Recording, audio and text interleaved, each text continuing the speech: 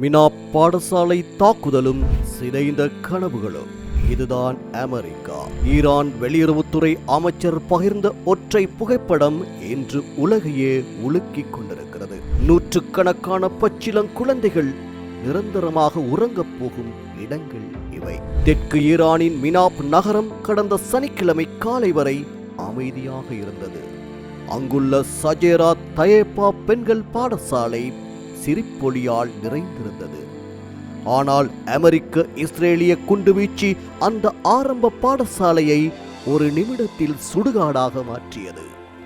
இந்த கொடூர தாக்குதலில் 160க்கும் மேற்பட்ட அப்பாவி சிறுமிகள் கொல்லப்பட்டனர். அவர்களின் உடல்கள் அடையாளம் காண முடியாத அளவுக்கு சிதைந்து போயுள்ளன.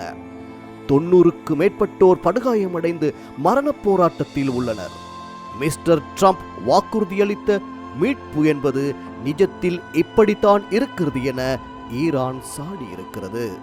காசா முதல் மினாப் வரை அப்பாவி மக்கள் தொடர்ந்து பலியாகிக் கொண்டே இருக்கின்றார்கள்.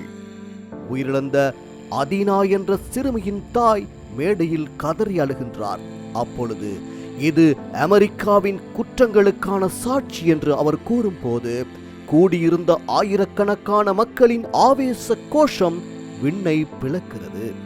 கடந்த 5 நாட்களில் மட்டும் ஈரானில் 1000க்கும் மேற்பட்ட அப்பாவி மக்கள் கொல்லப்பட்டனர். இதில் 100கணக்கானோர் 10 வயதுக்கும் குறைந்த சிறுவர்கள் என்பதுதான் கொடுமையிலும் கொடுமை. மனித உரிமை அமைப்புகள் இந்த தரவுகளைக் கண்டு அதிர்ச்சியில் உறைந்து போயுள்ளன. பாடசாலைகள் இலக்கல்ல என்று ஒருபுறம் விளக்கம் சொன்னாலும் இந்த கல்லறைகள் சொல்லும் உண்மை வேறொன்றாக இருக்கிறது. இந்த விடயத்தில் உலக நாடுகளின் மௌனம் இன்னும் எத்தனை குழந்தைகளை பழிவாங்கப் போகிறதோ என்ற அச்சம் ஏற்படுகிறது. அப்பாவி பொதுமக்களையும் சிறுவர்களையும் பாதுகாக்க வேண்டிய கடமை இன்று உலக நாடுகளின் கைகளில் தங்கியிருக்கிறது.